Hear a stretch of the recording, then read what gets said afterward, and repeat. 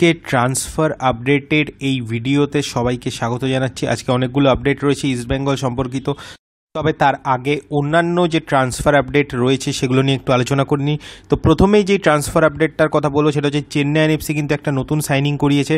তারা জামশেদপুর এফসির হয়ে এই সিজনে খেলা ডিফেন্ডার পিসি লালডিনপুইয়া 27 বছর বয়সী ভারতীয় সেন্টার ব্যাক, তাকে কিন্তু 2 বছরের ডিলে সই করাচ্ছে, এরকমই আপডেট উঠে আসছে।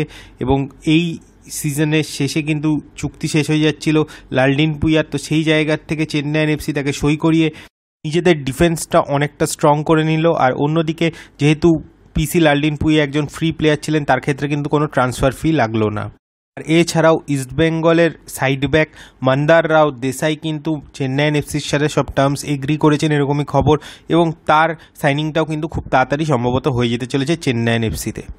আর অন্যদিকে এবারের আই লিগ চ্যাম্পিয়ন হওয়ার পরের সিজনে কিন্তু আইএসএলে পার্টিসিপেট করবে মোহামেডান স্পোর্টিং, এবং তারাও কিন্তু জোর কদমে দল গঠনের কাজ করছে।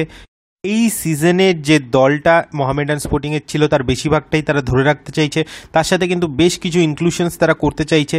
এবং নতুন যে দুটো ইনক্লুশনের কথা শোনা যাচ্ছে তার মধ্যে একজন কিন্তু এই সিজনে আই লিগ খেলেছেন, যদিও তার আইএসএল খেলার অভিজ্ঞতা আছে।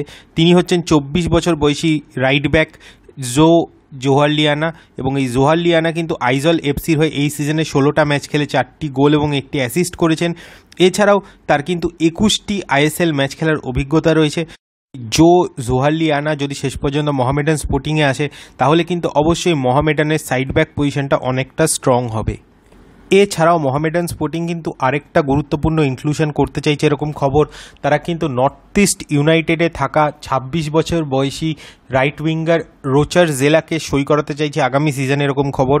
রোচার জেলার সাথে নর্থ ইস্ট ইউনাইটেডের কন্ট্র্যাক্ট কিন্তু এই সিজনের শেষে শেষ হয়ে যাচ্ছে, তো সেই জায়গা থেকে রোচার জেলাও কিন্তু একজন ফ্রি প্লেয়ার হয়ে যাবেন এই সিজনের শেষে।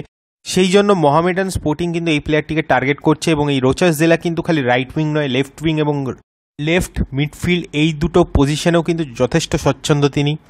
এই সিজনে সেরকম ম্যাচ টাইম না পেলেও রোচার জেলা কিন্তু আইএসএলে এখন পর্যন্ত 38টি ম্যাচ খেলেছেন, যেখানে 4টি গোল এবং 1টি অ্যাসিস্ট আছে তার। এছাড়াও আই লিগে 28টি ম্যাচ খেলেছেন, যেখানে কিন্তু 7টি গোল আছে তার। আর ইস্টবেঙ্গলের কথা যদি আসি, ভিভিন মোহানানের সাথে ইস্টবেঙ্গলের একটা লিঙ্ক আপের কথা কিন্তু আমরা আগেই জানিয়েছিলাম। ভিভিন মোহানানকে পেতে ঝাঁপাচ্ছে ইস্টবেঙ্গল, এরকম খবর। ভিভিন মোহানান এই সিজনে 21টি ম্যাচ খেলে 1টি গোল এবং 3টি অ্যাসিস্ট করলেও মিডফিল্ডে তিনি যে ভূমিকাটা নিয়েছেন, কার্যত মিডফিল্ডটাকে চষে বেরিয়েছেন।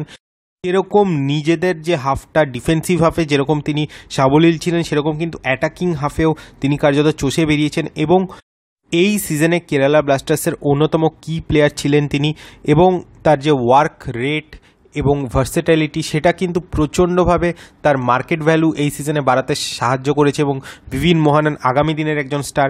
কেরালা ব্লাস্টার্সের সাথে তিনি কন্ট্র্যাক্ট এক্সটেন্ড করবেন কিনা সেটা তো অন্য বিষয়, তবে ইস্টবেঙ্গল যদি তাকে সই করাতে পারে কোনোভাবে, কিন্তু ইন্ডিয়ান সাইনিংগুলোর ক্ষেত্রে এটা কিন্তু সাইনিং অফ দ্য সিজন হতে পারে ইস্টবেঙ্গলের জন্য।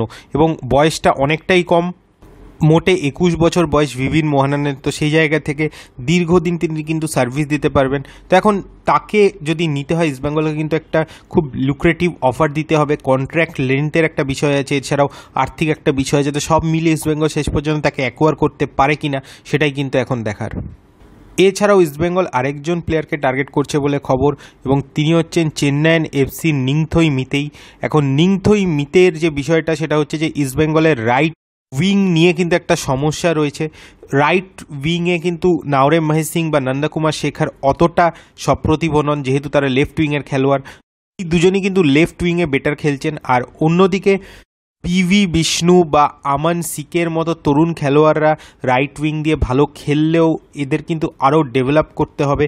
তো সেই জায়গা থেকে ইস্টবেঙ্গলের একজন এক্সপিরিয়েন্সড উইঙ্গার দরকার, যার কিন্তু আইএসএল এক্সপিরিয়েন্স রয়েছে। এবং যেই জায়গায় সুহেরকে কিন্তু ওই জায়গায় ব্যবহার করার কথা ভাবা হয়েছিল, কিন্তু সুহের গত 2 মরশুমে খুবই হতাশাজনক পারফরমেন্স করেছেন। তো সেই জায়গা থেকে ইস্টবেঙ্গল কিন্তু রাইট উইংয়ে রিএনফোর্সমেন্ট নিতে চাইছে। আর অন্যদিকে রাইট উইংয়ে যদি নিংথই মিতেইকে ইস্টবেঙ্গল নিতে পারে, আরেকটা যে সুবিধা, নিংথই মিতের কিন্তু প্রচণ্ড ভালো স্পিড রয়েছে, গোল স্কোরিং এবিলিটি রয়েছে, সেটাকে কিন্তু ইস্টবেঙ্গল কাজে লাগাতে পারবে। মাদি তালালের মতো প্লেয়ার যেহেতু তাদের আপফ্রন্টে রয়েছে, এছাড়াও ক্লেটন সিলভার মতো এক্সপিরিয়েন্স প্লেয়ার রয়েছে, তো তাদের সাথে লিঙ্ক আপ করে যদি খেলতে পারে নিংথই মিতের কিন্তু খেলা খুলে যেতে পারে।